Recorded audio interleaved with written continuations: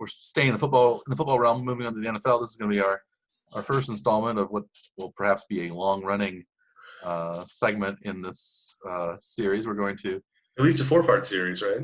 At least a 4-part series, maybe longer. Who knows? Maybe we'll dive even deeper into depth charts on NFL rosters. But we're going to start out at least with talking about the quarterback situations for the 32 NFL teams. Today we'll start out with the NFC West and the AFC West. And I thought we both thought it'd be interesting to go through the rosters and talk about what the quarterback situation was for each of the teams, not only their starter, but also their backups. There are also several free agent quarterbacks still out there of maybe varying talent levels and interest levels. And, of course, probably Colin Kaepernick is number one on that list, if not in terms of talent, but definitely in terms of potential interest in both a sporting and non-sporting kind of capacity. So why don't we go ahead and get started and look at how these teams are doing. Some of them, of course, are going to be very well established, especially on the starting position. Some teams are looking for starters and backups. Others are maybe just looking for serviceable backups to back up an established starter. So I guess let's start with Seattle. Well, I think we're going to try to also go through and make our predictions as to who the starter and backup will be of each team. Yeah, I think that'd be good. And who's going to stick on the depth chart, and maybe if there's room to bring in somebody new. What the likelihood of that might be would be also something I think to look at. And then I think we'll finish off then too by trying to predict how many games who we pick will be the starter will then play during the season, which will be a very random probably number because you never know when injuries can happen. You never know. Injury is it's both a product of being durable, but also just a product of being lucky. And the NFL season, especially with this, abbreviated or at least different off season, who knows what's going to happen in the regular season. So we're gonna start with the NFC West. We decided we're gonna go from north to south for some reason. I think that makes sense. I think geographically makes sense. Sure. And actually, Phoenix is technically south of Los Angeles. So if we go from Seattle, San Francisco, Los Angeles, Arizona, it will technically be north. But it also kind of curves around in this direction as well. Okay. So we're going to start in Seattle then, and well-established quarterback to begin with. Anyway, Russell Wilson, likely to be their starter, right? Yeah, he's one of the top 3 to 5 quarterbacks in the NFL, probably. Veteran. He's 31 years old now. He's been around since 2012 as a.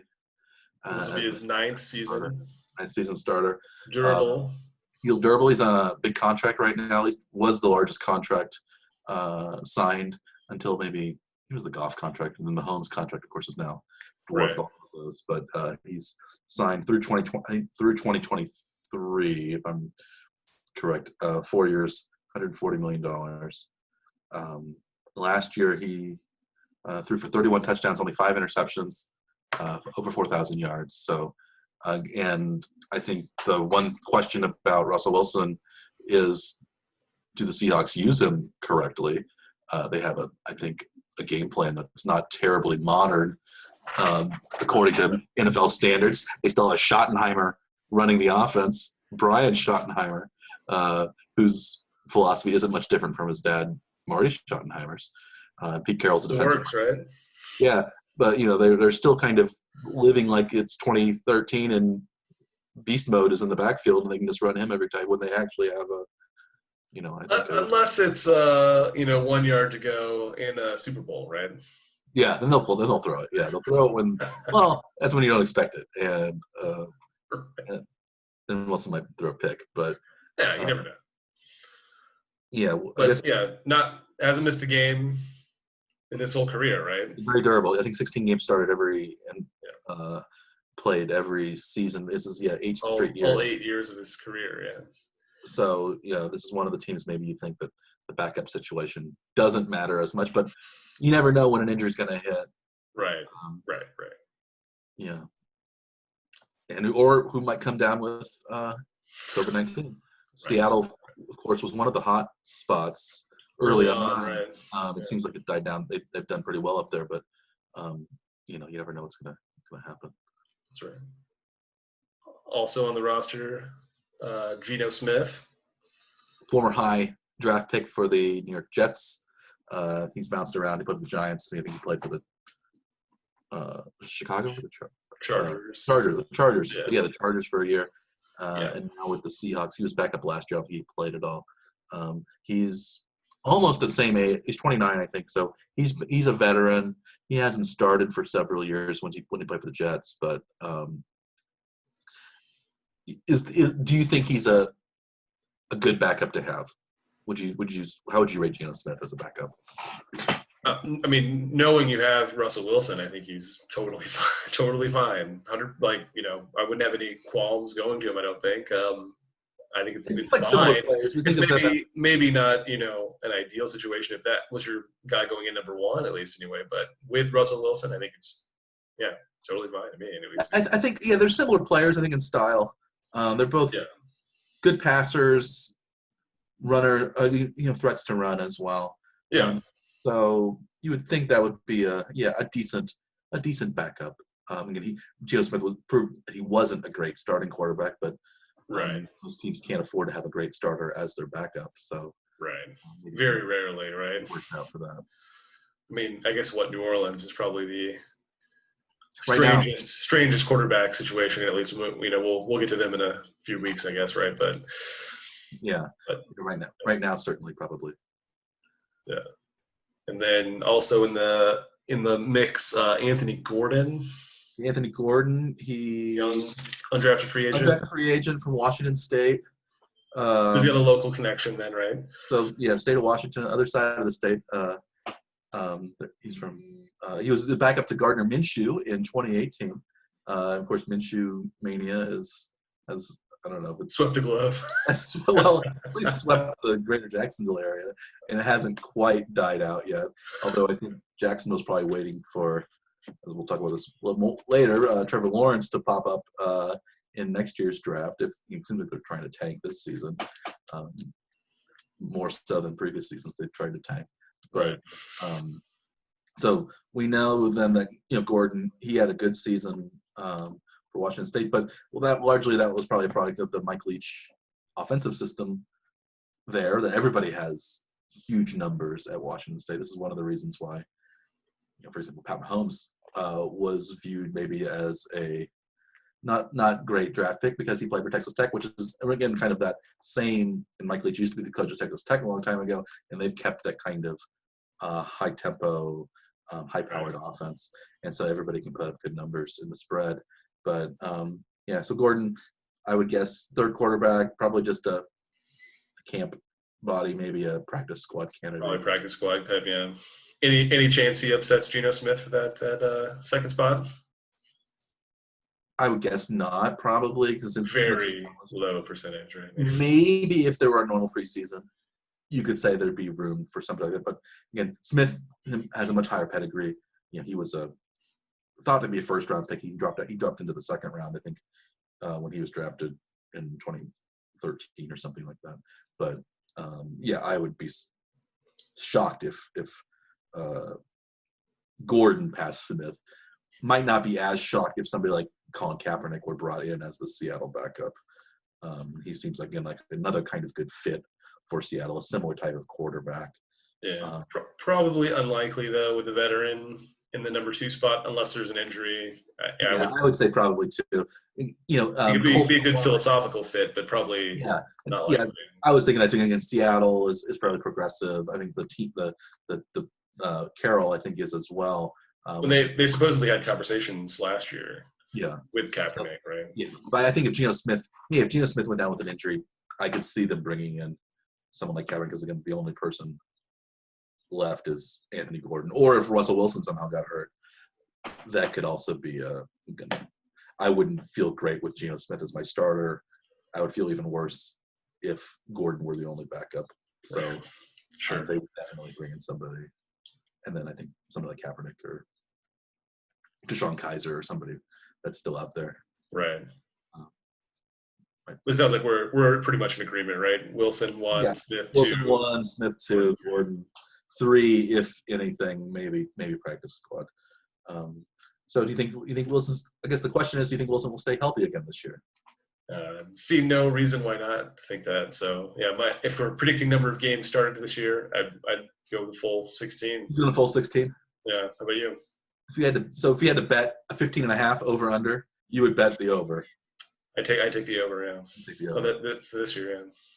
This year, just to be different. I'm gonna say well, maybe Wilson will get hurt this year. I'm not rooting for an injury, of course, but well, it doesn't necessarily have to be an injury. It could just be like you wanted to not play that game or something, right? I guess, or it could be maybe. Who knows? Seattle's 14-1, and they're they don't need that. They don't need the last game. They don't need to play. Like Lamar Jackson didn't play the final game, so I'm gonna say under 16 games. So I'm gonna say he'll play 14 games. He'll start 14 games, and that'll leave us a push if he plays 15. Sure. Be a little more generous in my. I think the plan then is for us to look back at this a few times during this year, if we're still doing this. Yeah. and see how we did. We can compare ourselves, future selves to our past selves, or I guess at that time it'll be our past selves to our current selves. You get the idea. Current selves to our future past selves. Right. But I think probably he'll make it through. But I'm just to give us a little bit of a difference here. I'm gonna say 14 games to start. I mean, he's getting older. You can't stay healthy forever, I don't think, in the NFL.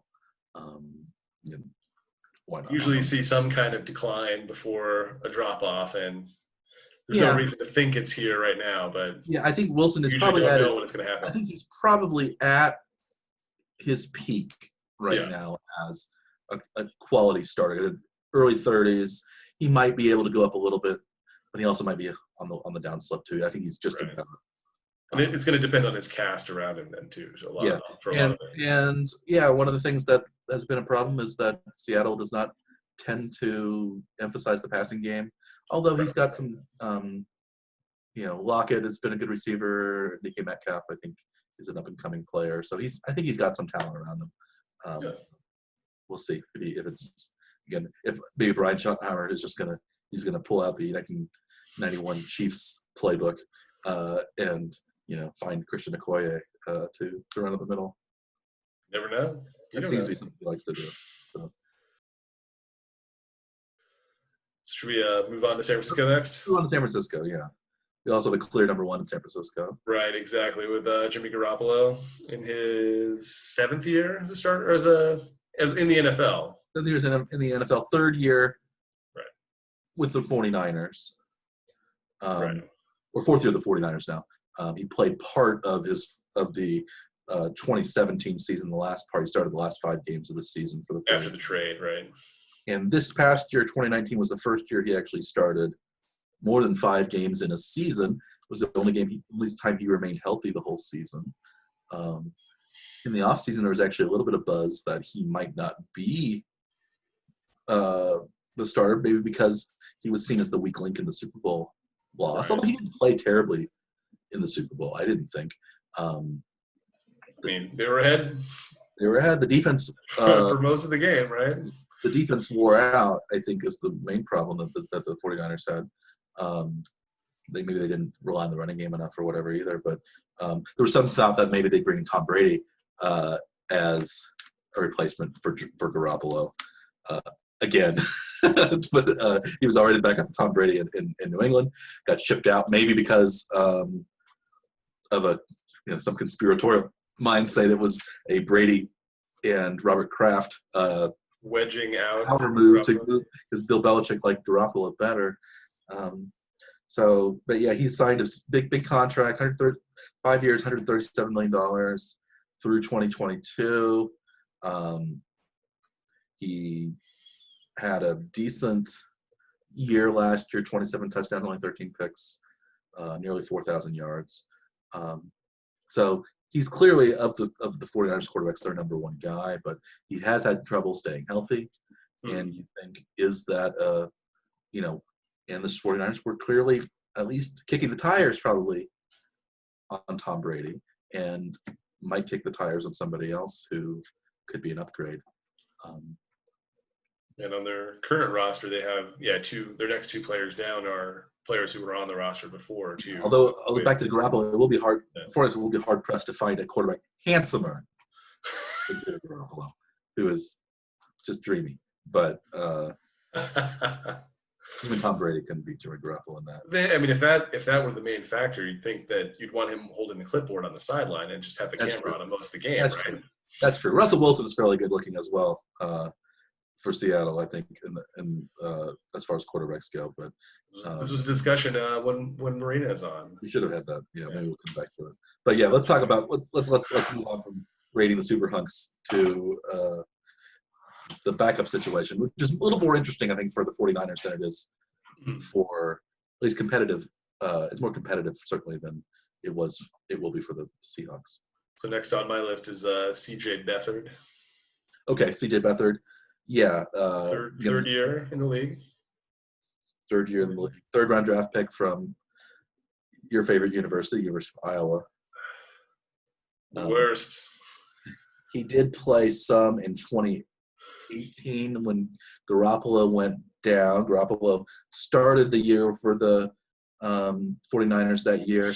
Big hopes because he had done so well at the end of 2017, gone 5-0 as a starter. Gets injured in the third game against the Chiefs when he was trying to gain extra yardage, near the sideline in a blowout loss, and it just seemed kind of stupid. And he blew out his knee. But Beathard started a few games that year. Didn't impress as a starter, but that was that's not that's not unexpected. Did he make some appearances the year before too, or do you remember? He may have. Yes, he did. It looked like he was in a few more games than in 17. Appeared in 7 games.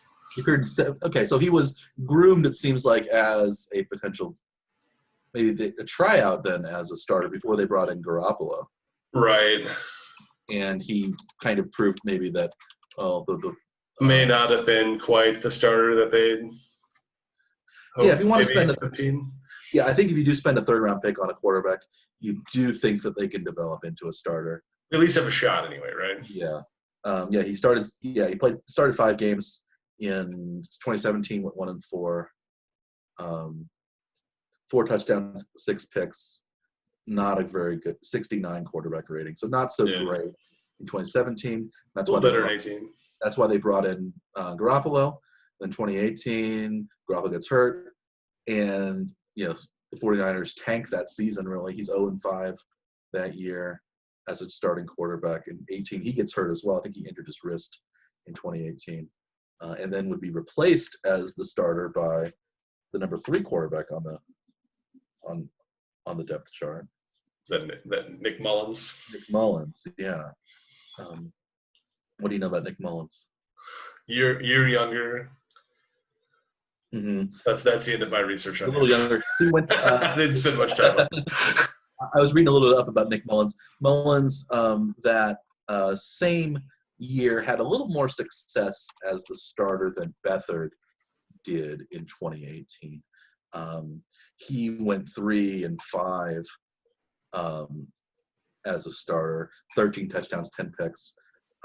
So he had a better year as the starter than Mullins. But again, maybe that's also because the 49ers were more used to playing without Garoppolo by that point, or the coaching staff had kind of worked out a plan a little bit better. But the 49ers went 4-12 that year, so it was not a great year. Mullins went to Southern Miss, where apparently I think he broke some of Brett Favre's playing records at one point, but he was also an undrafted free agent. So Beathard has a better pedigree, but it seems like Mullins has been a bit more successful when he has been penciled in as the starter. Yeah. In 2019, neither Beathard nor Mullins played, although it looks like Mullins maybe did get a snap or two. He was rostered, but not necessarily got into games anyway. Yeah, so that's the 2 and 3 battle, right? Right. So Beathard by draft pick and pedigree, maybe Mullins by performance might be the and favorite. maybe he might be slightly cheaper with 1 year less experience. It could be too. Again, If it's a money issue, yeah. Yeah, but you have a third round pick. Do you want to cut bait already? Yeah. So that's the question. The 2 and 3 question I think is interesting. Although I could see it very easily them, cutting or trading one of those two. They could just eventually say that those two are essentially the same guy. Yeah. And then maybe they're both expendable, and maybe they get replaced by Brock Rudder, who lost his K somehow from his name. Yeah, Brock Rudder, BROC. Yes. Rudder spelled. This is my favorite point of interest on him from NFL.com. They don't know when he was born. I didn't see when he was born either. He was an undrafted free agent signed this year from Division III North Central College in Naperville, Illinois, a suburb of Chicago. Apparently, North Central College won the Division III championship this year, and Rudder was their star player, and he won the equivalent of the Division III Heisman. I can't remember what the trophy is called, but yeah. I think the most interesting thing was that he was signed as an undrafted free agent, and he received a sizable signing bonus, in that it does have a size technically, a $279 signing bonus that Rudder dollar, not thousands. $279. Apparently, the signing bonuses that were given out to the other undrafted free agents of that pool, there was $279 left, and the general manager and the staff of the 49ers said, "Why don't we give that money to Rudder so he could take his family out to dinner or something like that?" And so that's a great story. Yeah, so perhaps the lowest signing bonus in modern NFL history, $279. So if you don't want to lose that $279, you think the 49ers are definitely going to start, or definitely going to keep Rudder rostered. But, right. Again, if you see Mullins and Beathard as interchangeable, you're going to only want to keep one of them. And probably keep one, and then Rudder might be maybe keep Rudder on the practice squad, right? Yeah. So what's your prediction then for their hierarchy for this season? Well, it's Garoppolo as the starter for sure. Yeah. Although he is, again, this past year was the first year that he played more than 5 games in a year, so he's proven. He hasn't really had a chance to be a starter, but he has had injuries in the past, so that could happen. I would guess that the 49ers are a little bit more confident in having Mullins as a starter based on past performance than Beathard. But again, Beathard has a bit better pedigree than Mullins does, at least in terms of drafting. And again, if you're a general manager, you want your picks to have to be more successful maybe than not your undrafted free agents. So there could be a little bit of bias towards Beathard. Right. I haven't seen a whole lot of difference between the two, really. Neither are great. Rudder is, again, a project at best. But because they have maybe not the most faith in Garoppolo being able to stay healthy the whole season, maybe they keep 3 quarterbacks rostered for this season. Could be possible too, especially given this year, unlike other years. Maybe it's nice. And then if Garoppolo gets hurt, you have Beathard and Mullins, you can switch back, ride the hot hand, right, and just play whoever teams to be playing better. So I could see those 3 quarterbacks being rostered, and then Beathard and then on the practice squad as his practice. Rudder on the practice squad. Yeah, I could guess that. I think that could happen. I'm not sure. Everything's up in the air, but I would guess though the order of the hierarchy would be Garoppolo, Mullins, Beathard, Rudder. So then, just to make sure that there is a difference between us and this, I'll flip the Beathard. Like Beathard, I think the great thing with Beathard, because he was the pick earlier, at least at one point. Okay, I think it's not necessarily for any reason other than just to be different. Yeah, and that way we have Garoppolo. So do you think Garoppolo will start all 16 games, or do you think he'll be? I have much less faith in the 16-game season for starting all 16 than I do for Russell Wilson, but it's probably still going to be pretty high. I'd say 14, 15. It'd be in that area. I'll stay with I'll say 14. You'll say 14. I'll say I'm gonna switch here. I'm gonna say Garoppolo stays healthy the whole year.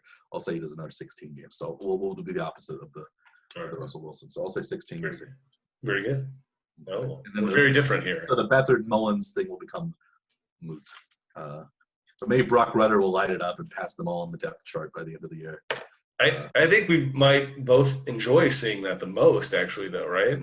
Yeah. I mean, it isn't. We're not really fans of the 49ers, right? So like, I tend to root for the underdog kind of thing. Anyway. Yeah, I have nothing against the 49ers, even though they were the opponent in the Super Bowl. Yeah. Up next on our list here is the LA Rams. The LA Rams.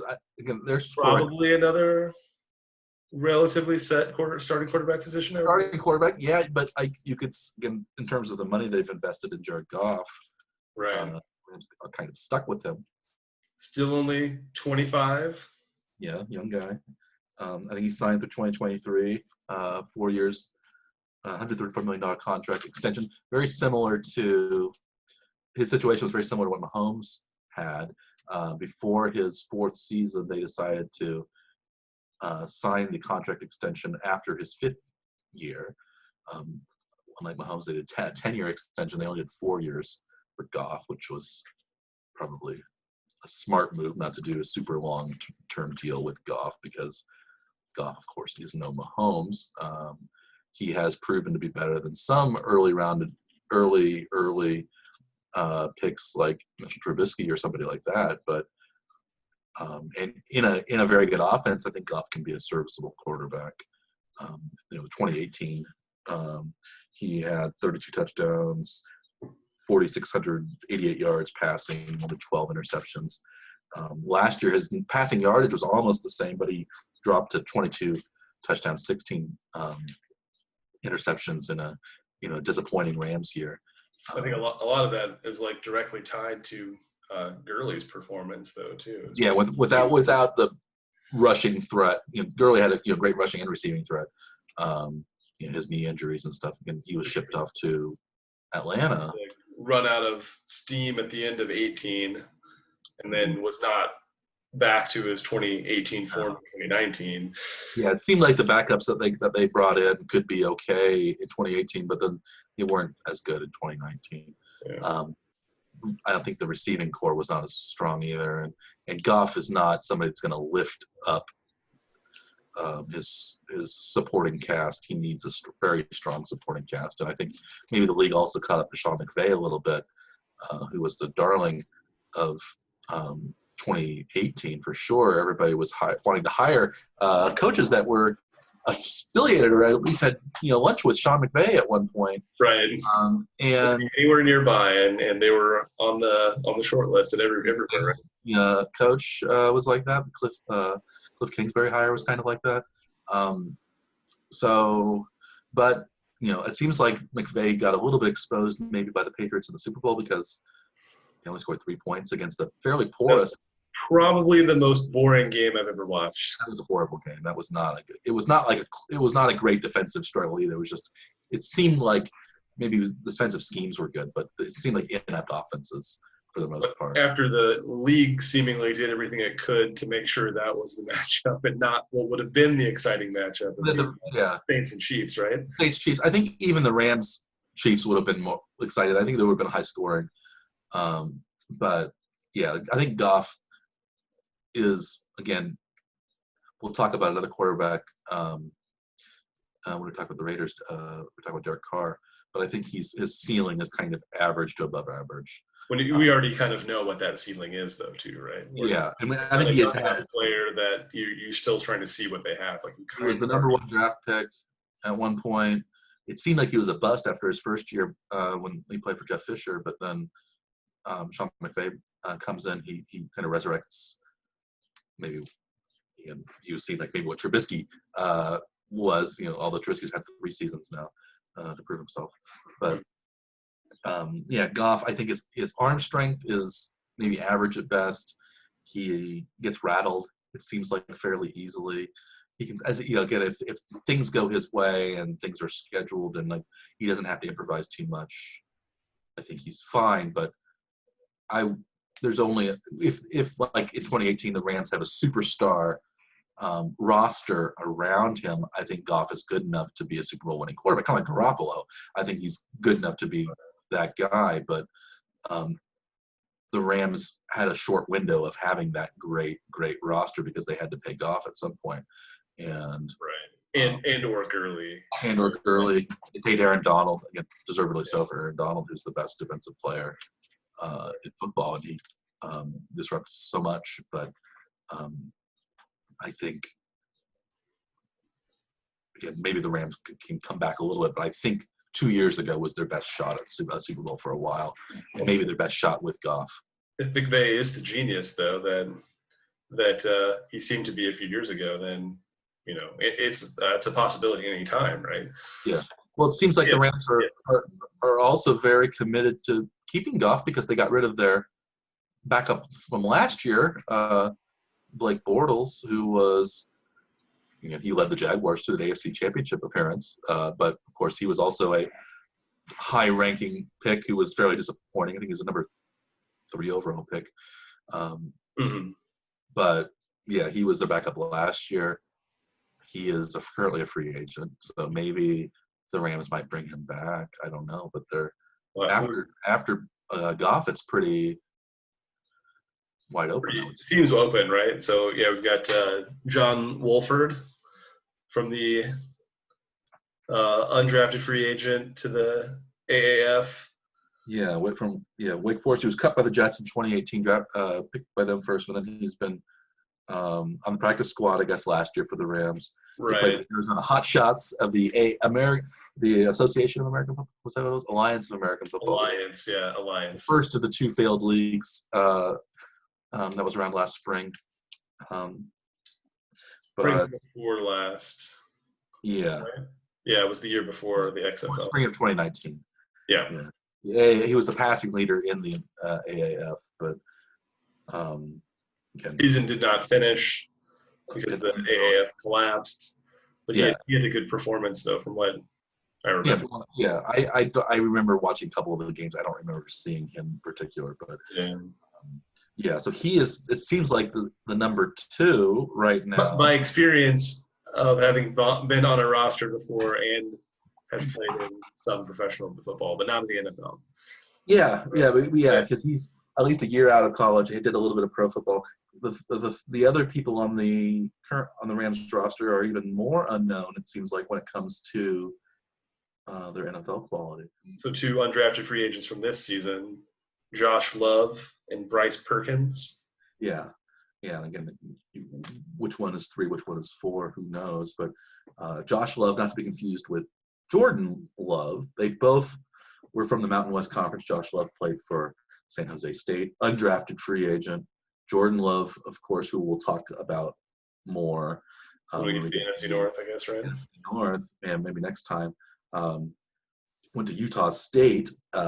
He was seen as a very hot prospect, and actually got drafted into the first round.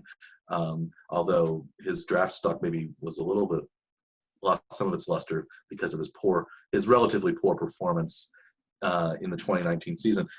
Actually, Josh Love, who was not drafted, probably had a better season against similar competition for San Jose State. Josh Love passed for over 3,900 yards, 22 touchdowns, 8 interceptions, 61% completion percentage in 2019. Jordan Love, the first round draft pick of the Green Bay Packers, who the Packers traded up for, also did not care if they riled Rodgers up or the fan base. There were so many places of need that they decided to draft a quarterback. Again, you could say it's a little bit like what the Chiefs did with Mahomes, but Rodgers is a much better quarterback than Alex Smith was at that time. Again, I think people also agree that Mahomes was a much better prospect than Jordan Love was. Right. But Jordan Love is seen as kind of poor man's Mahomes. Utah State, he passed for 3,400 yards, less than 500 yards less than Josh Love, 20 touchdowns, 17 interceptions, 20% of 62%, about the same. So again, same level of competition, worse stats his final year. And it seems like people want to forget the Jordan Love stats of this year, because I actually looked them up on I had to actually find these stats. I couldn't find them on Wikipedia because the 2019 Jordan Love stats have been erased from Wikipedia. So who knows who is whitewashing Jordan Love's. Again, as a first round draft pick, you would think his Wikipedia page would be much more fully developed than Josh Love, the undrafted free agent. But actually, there's more information on Josh Love than there is on Jordan Love on Wikipedia, which suggests Is it a Jeff Granger situation? it seems even more likely than Jeff Granger to be some sort of whitewashing, perhaps done by the Packers or somebody who is, again, rooting for Jordan Love. They really play up on the Wikipedia page the 2018 season that Jordan Love had, where he actually did very well, but then he kind of really came down to earth. And he had different coordinators and stuff like that or whatever. But you would think that he would not, his improvements would not fall so low compared to the previous year. So, but I would just like to point out, though, as a 3 for 3 on shows with Jeff Granger references. Ooh, Jeff Granger, he's always a mention. Yeah, we're his biggest fans here. I haven't gone back to Wikipedia to see if he has still a 3.09 ERA rather than a 9.09 ERA. But the Jordan Love situation seems like a clear case of Wikipedia, if not tampering, whatever you would like to call it, whitewashing, to make it seem as if he were a better pick than he was. I'm very anyway. We're not talking about the Packers right now, but anyway. How does Josh Love then compare to Bryce Perkins? Josh Love to Bryce Perkins. Well, Love played for San Jose State. Bryce Perkins played for the University of Virginia, ACC competition, so a little bit better. Perkins passed for 3,500 yards, 22 touchdowns, 12 picks, slightly higher completion percentage, 64.5%. So theoretically better. Theoretical better competition. ACC, Notre Dame. Similar statistics, but yeah, Perkins. I had followed a little bit of Perkins. I had a fantasy college football team where I had Perkins on my team because he did put up some good stats. He was, I think, hurt a little bit. Did he win you the championship, though? That's the main thing. I did not even come close to winning the championship either of my college football. Do you put that on Bryce Perkins, though? No. Do you hold a personal grudge against Bryce Perkins because this, and you're going to put him in the 4th spot because I don't hold a personal grudge against Bryce Perkins. I was surprised to find out. This is again, I don't want to. This isn't racist, but I was surprised to find out with a name like Bryce Perkins, he was black. He's not white. He's. I guess that. Yeah, just the name Bryce. I think it sounds like a white guy name. I would assume it's a white guy, yeah. And Josh Love, Josh has become. You think that was a white guy name as well, but it's become a little bit more, kind of universal. But Bryce. I was a little surprised about Bryce Perkins. I assumed. Anyway, it was what Bill Simmons used to call the Reggie Cleveland All-Stars. People who have names that seem to. Reggie Cleveland, of course, was white, a Major League Baseball player. So, but anyway. So I don't. Yeah. Again, 2 through 4, even it's hard to tell who's going to be the backup. Yeah. I'm pretty sure we're going to agree. Number 1's Jared Goff. On the hierarchy here. This also seems like a place where if you aren't terribly confident in Goff, or even if you are and you want to have an established backup, this seems like a good place for Colin Kaepernick to have an edge, right? Or another free agent, yeah, but any free agents who was more established. But Kaepernick would be bringing Bortles back. Would seemingly be the best available backup, right? Because and this would be a great situation for somebody like him because he doesn't necessarily going to be starting early, right? Or no, there's no pressure for him to start quickly, even, right? So if Goff doesn't do so well, he could have an option there. This is also maybe again you bring Bortles back because he knows what the playbook is in an off season where you aren't really able to have a lot of practice or a lot of physical interaction with your teammates. Somebody who knows kind of the system, at least from being there a year before he didn't play, but at least he absorbed the system. Yeah. Kaepernick was the type of player that could run though too, so sometimes that helps being able to, after a play breaks down, to do something that isn't necessarily in the playbook. That's true. That's true. If you're trying to go with a backup, sometimes going with a backup that doesn't fit the mold of the guy you already have is a good thing. Yeah, because that could confuse the defenses when they're preparing for Goff, who is not necessarily a great runner. He can scramble when he needs to, but he's much more a pass-first guy. And if you have a genius coach, then you should be able to put whoever in there, and they should be fine, right? McVay should, if he really wants to prove how great he is, but maybe he wants to prove that he's a genius coach by having these no-name backups. No offense to any of these guys, but as again, maybe just not highly, they weren't. One of them is very right. talented, but they were all three undrafted. Again, this is a little bit odd where we have Jared Goff drafted number 1 overall. The other backups none of them were drafted, so we have either a very, very high pick or somebody who was not picked at all. There's no middle ground here. Well, usually you have somewhere like there's at least some experience involved where you can say that even if they weren't drafted, they have played some NFL games, so that would put them higher on the list. Yeah, and in this case, Wolford's played. This list is AAF games. Being on a practice squad count as experience? Does Yeah, having played in the AAF count as experience? Yeah. I guess in this case, I think it probably does. That's probably the edge, right? I would probably put Wolford in the 2 spot. I would put Wolford, number 2, just because of familiarity with especially with this kind of off season where there's not as much interaction. The people who have been there before, and he knows the names of the other players and they know him. That's a leg up. Yeah. I guess Wolford has to be number 2. What about Love and Perkins? Which would you put higher? You think there'll be a third rostered quarterback, or do you think they'll both be out? Probably one on the practice squad, one out. Practice squad. I would say one's going to be out.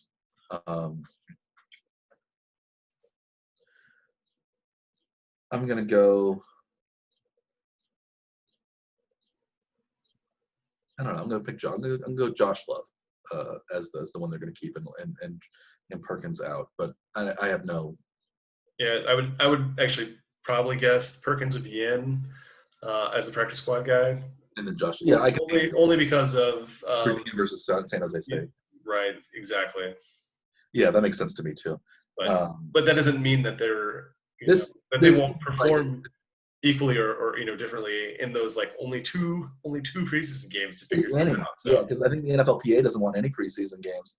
Yeah. And this seems like again, like we had said, a situation where they probably need to bring somebody in as an established back. It would make a lot of sense to bring someone else in. Yeah, either Bortles back or take a shot with Kaepernick. Again, Los Angeles, fairly progressive city. Again, he's not going to be the only story. The Rams are, again, they made the Super Bowl a couple years ago. They're a team that's used to the spotlight being on them. I don't think they'll be terribly distracted. Again, McVay is, again, he's sees himself as this kind of mastermind, and I think that would be a place that would be good for him. I haven't really heard any rumors about any particular team, even though Goodell has kind of apologized and kind of made it seem like the NFL was going to open up its arms to Kaepernick after blackballing him, but we'll see. Kaepernick still, I think he's 32 years old. Yeah. So he's not no spring chicken anymore, but he's still definitely within the range that good quarterbacks often fall in. So right, especially if you're not relying on him to be your starter too, right? Yeah. And again, he'd offer something slightly different, as you said, than Goff, which would make it maybe desirable as a backup. Then, yeah, I think so too. Yeah. Sometimes you want to have the same type of guy for your offensive rhythm or whatever, but I think disrupting the defensive rhythm is perhaps even more important.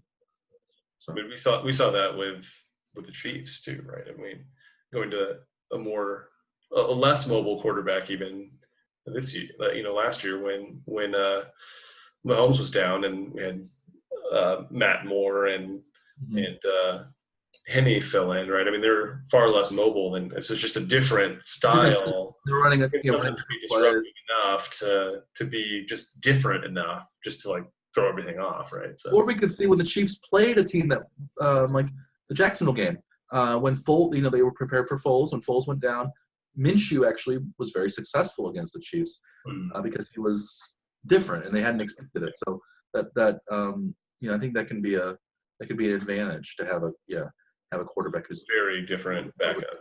Yeah. But Goff has been pretty consistent in being able to play most of the season. Yeah. So how many games do you think he's going to play this year? And would that even factor in if they had a different backup? But it doesn't matter, right? Well, the Rams are hoping he's going to play 16 because if he doesn't, I think at this point they're in trouble. Right. I wouldn't want to go with, again, unless, maybe of course, they're professionals and we are, and they might know something that we don't. But none of their backups or potential backups have experience. So, and none of their backups were, were highly touted draft picks. So it's not like, they have a, first round guy as their backup, a young guy who just, they expect great things from down the road. None of these guys are all lottery tickets. Right. At best. And so do you think that they're going to have to rely on those lottery tickets to keep financially viable for the 2020 season? I think they've got to bring somebody else in.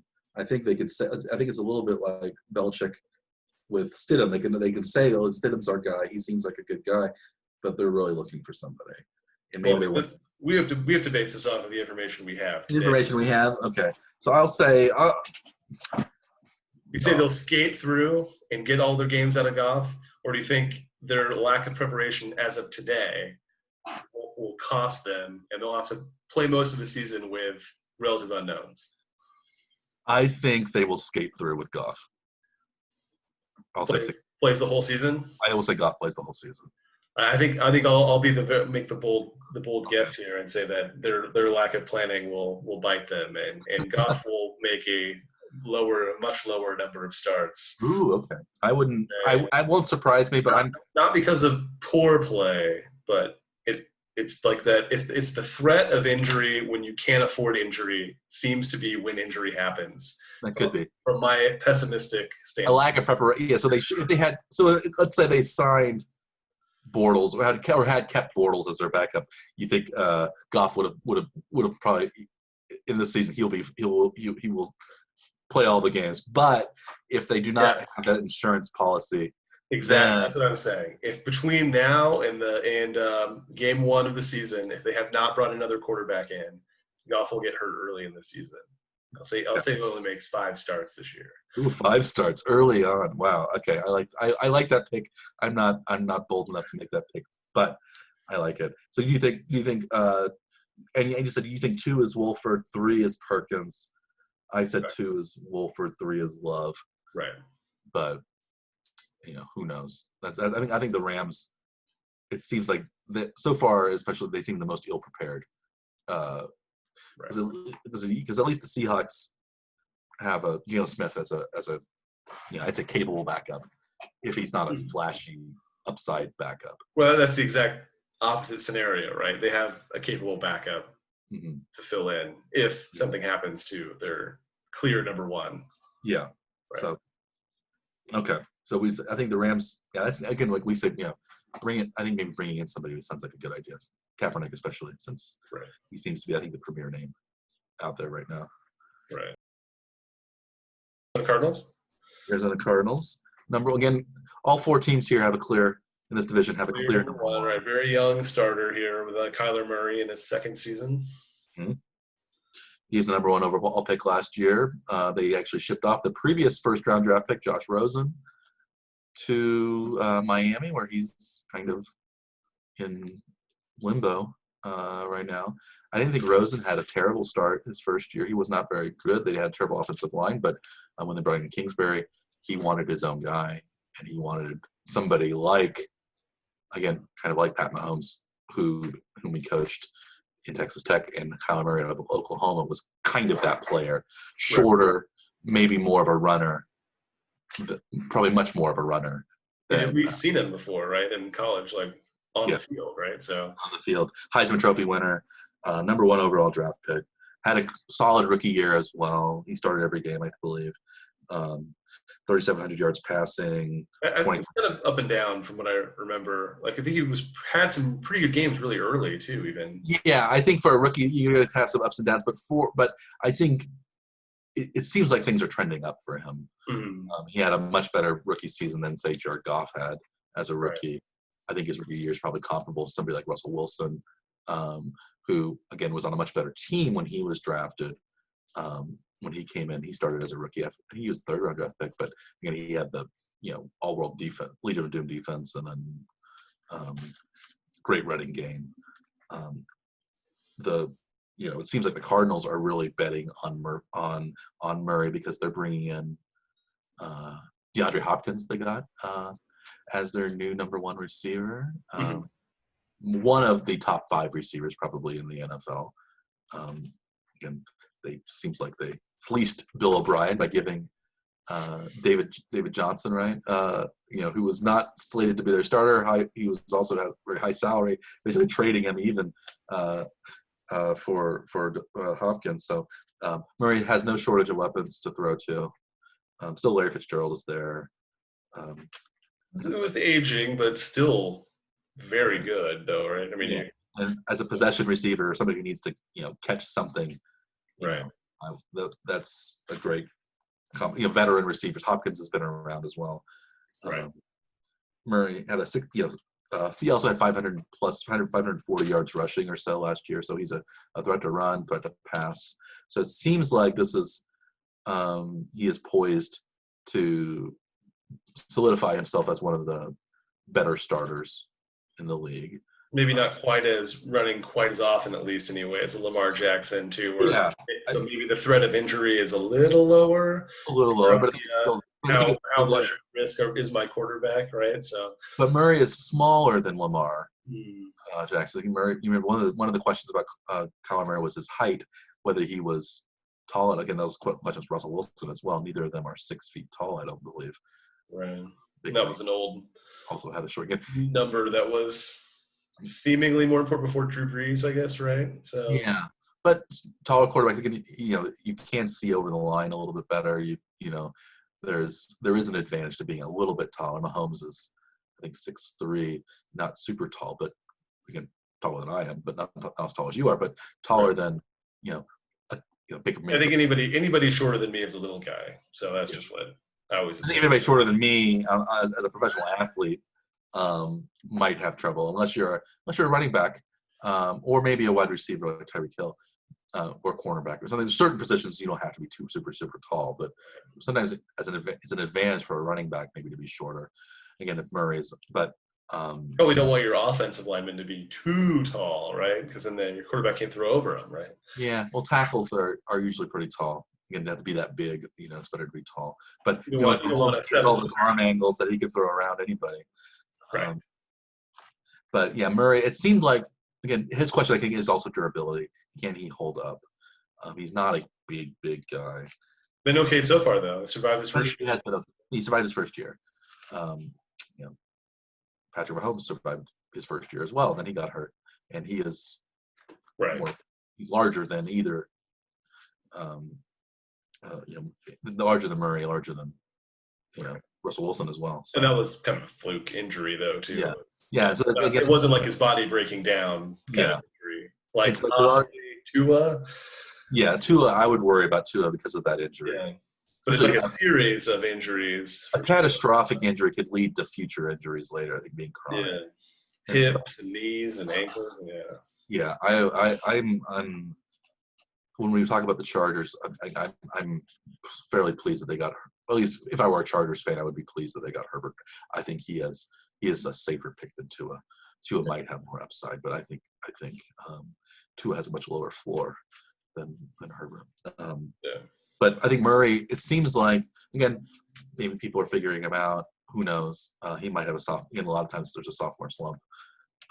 The quarterback. That's when they added that other spectacular receiver, though, too, right? So yeah, but now they have DeAndre Hopkins. Again, you might have a question about who's gonna throw to. Is there enough? This is what happened in Cleveland when they brought in Odell Beckham. They already had Jarvis Landry, and they have more. There's only one ball, and right. And all these players get along. The Chiefs seems like they can, but again, they have It's the expectation if they have that need to have the number of touches has to be, in this range. And if it's not in that range, then winning seems to cure a lot of that too. And if you're winning, it doesn't quite matter as much. But if you aren't winning 12 or 13 games, probably there's going to be some grousing. And I don't know. Again, the NFC West is a very tough division. It probably top to bottom, especially because the worst team is probably the Cardinals. Right. Well, and they seem to be on their way up. Yeah, the Rams maybe are kind of maybe they're at least flat, possibly. Yeah, possibly like down. It's hard to tell. Yeah. Yeah, but so I think that's probably top to bottom the best division because the Seahawks and the 49ers are both going to be solid teams again this year. Yeah. So there's not, again, with the seven playoff teams though in each conference, I think that opens things up for the Cardinals. But if Murray gets hurt, that could be a problem. Right, and we've got Brett Hundley as a possible backup. Yeah, Brett Hundley. He backed up Aaron Rodgers for 3 years. Yeah. Then was at Seattle for a year. Yeah, and I think he started 9 games in his career, or 9 games in 2017, 1,800 yards, 9 touchdowns, 12 picks. So not a huge arm. I think like Murray, I think he's sort of a dual threat quarterback. But an adequate backup, 5th round pick out of UCLA. He's 27 years old, so still fairly young.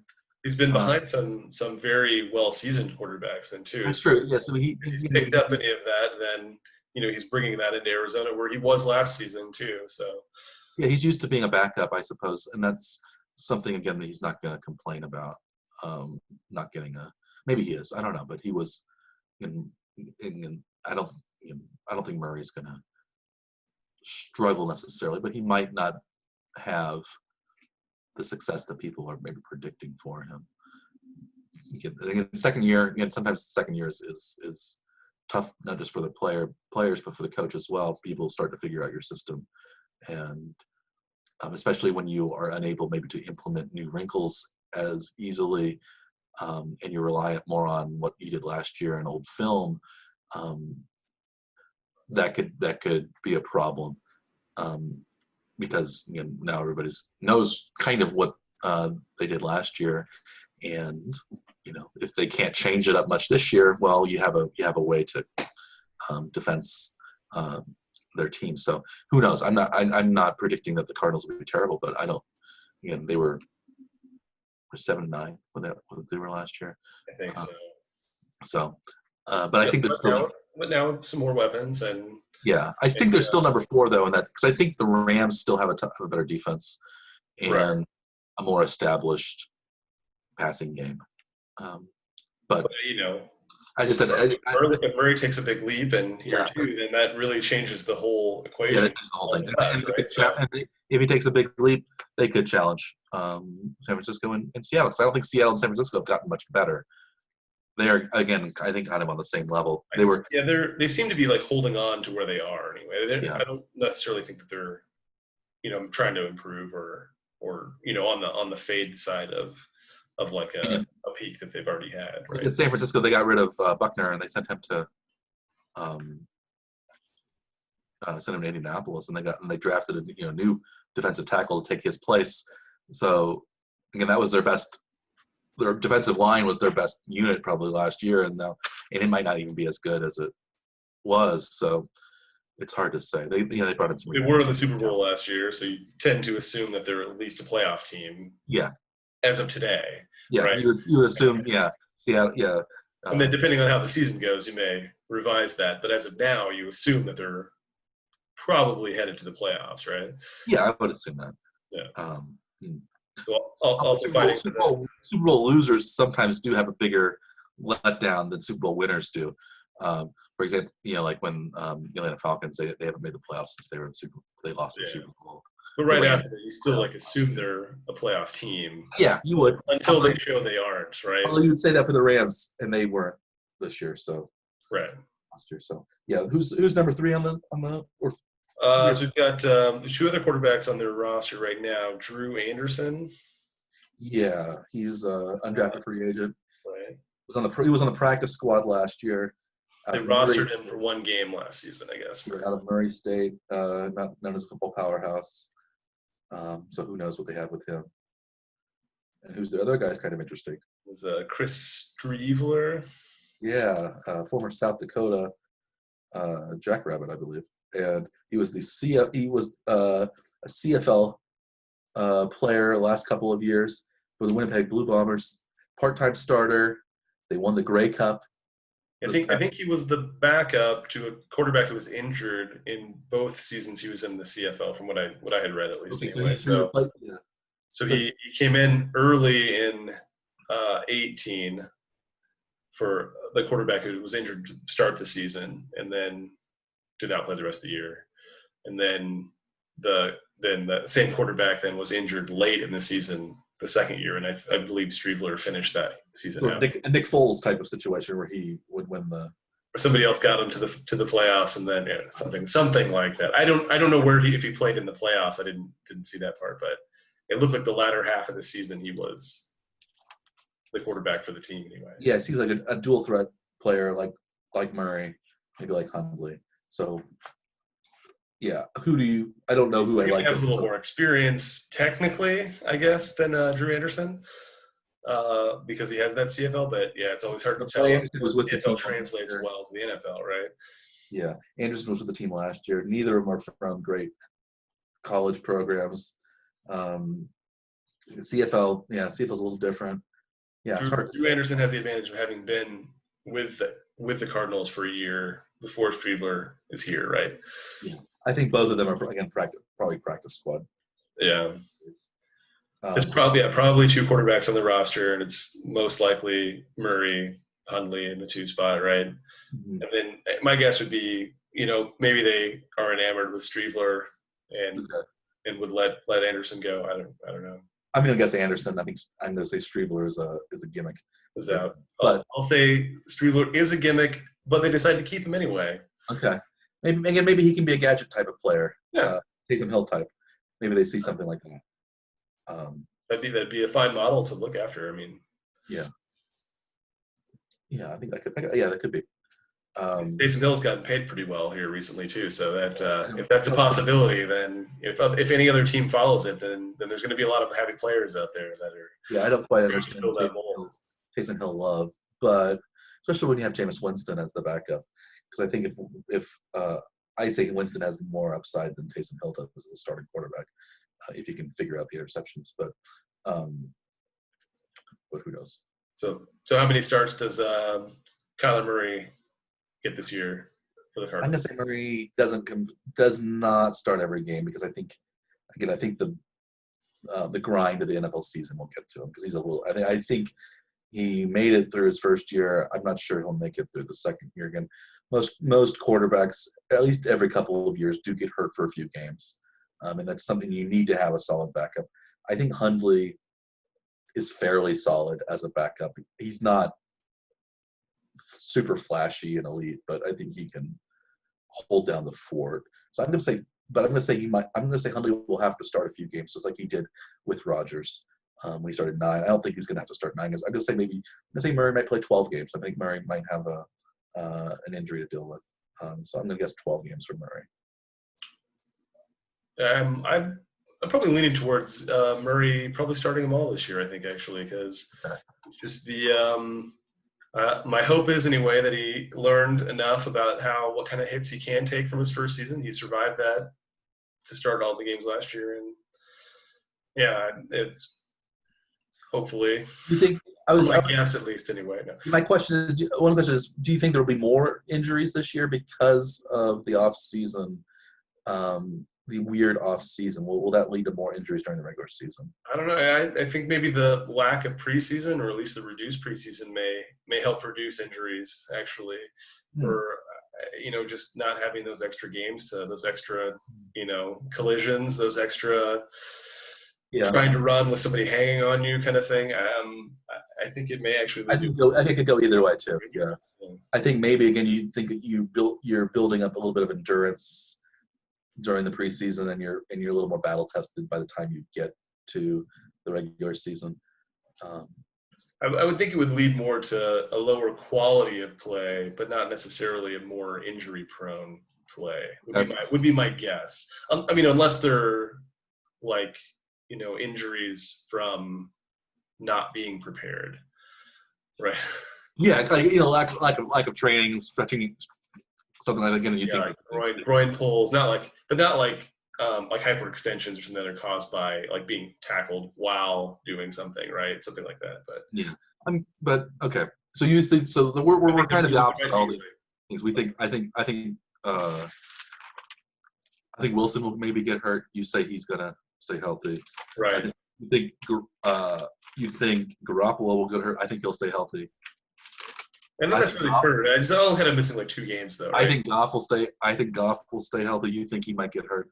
I think he'll miss more games. I think than the other quarterbacks. You think you're thinking Goff's going to miss like 11 games? You think he's going to get? That's my guess. He's going to have a Garoppolo type of thing. Maybe I hope not for any of these guys, but no one's hoping for injuries. These are just guesses anyway, right? So. Even slightly. It's not about Goff, my guess anyway. It's about lack of preparation leading to. It's karma for the Rams, you think, basically. Exactly. Okay. And so you're thinking because the Cardinals are a little bit better prepared, they won't have to worry. Right. Okay. Right. I mean, usually you're trying to prepare for situations in case they happen, but it's always usually, to me at least, seems like when there does not seem to be a good plan in place is when something happens. Yeah. Like pandemic happening. Decent example. I think we can agree on that. Yeah. All right, so that wraps up the NFC West.